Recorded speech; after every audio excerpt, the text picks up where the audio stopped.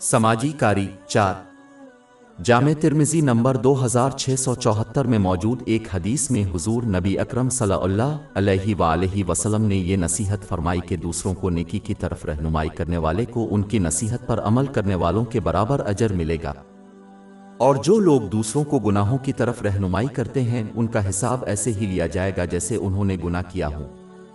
مسلمانوں کے لیے ضروری ہے کہ وہ دوسروں کو نصیحت اور رہنمائی کرتے وقت محتاط رہے۔ ایک مسلمان کو صرف دوسروں کو نیکی کی نصیحت کرنی چاہیے تاکہ وہ اس سے ثواب حاصل کریں اور اللہ تعالیٰ کی نافرمانی کی نصیحت کرنے سے گریز کرے۔ قیامت کے دن کوئی شخص محض یہ دعویٰ کر کے سزا سے نہیں بچ سکے گا کہ وہ صرف دوسروں کو گناہوں کی طرف دعوت دے رہے ہیں، چاہے اس نے خود گناہ کیوں نہ کیے۔ اللہ تعالیٰ رہنما اور پیروکار دونوں کو ان کے اعمال کے لیے جواب دہ ٹھہرائے گا۔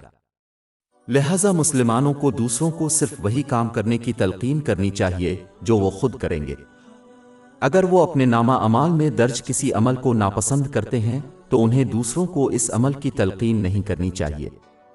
اس اسلامی اصول کی وجہ سے مسلمانوں کو چاہیے کہ وہ دوسروں کو نصیحت کرنے سے پہلے مناسب علم حاصل کر لیں، کیونکہ اگر وہ دوسروں کو غلط نصیحت کرتے ہیں تو وہ آسانی سے اپنے گناہوں کو بڑھا سکتے ہیں۔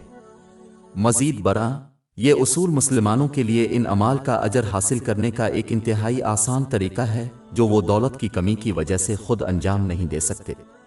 مثال کے طور پر، ایک شخص جو مالی طور پر صدقہ دینے کی استطاعت نہیں رکھتا ہے، وہ دوسروں کو ایسا کرنے کی ترغیب دے سکتا ہے اور اس کے نتیجے میں وہ صدقہ دینے والے کے برابر ثواب حاصل کرے گا۔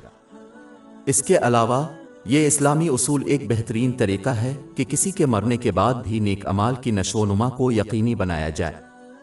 جو اللہ تعالیٰ کو پسند ہے اس کی جتنی زیادہ رہنمائی کرے گا، اتنا ہی ان کی نیکیوں میں اضافہ ہوگا۔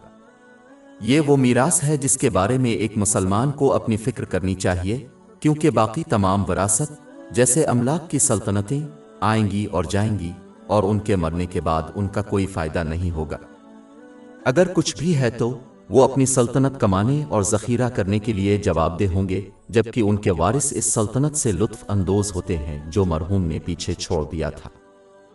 ہماری ویب سائٹ www.sheikhpod.com پر 400 سے زیادہ مفت ebooks, audio books, infographics, podcast اور بلاگ دستیاب ہے۔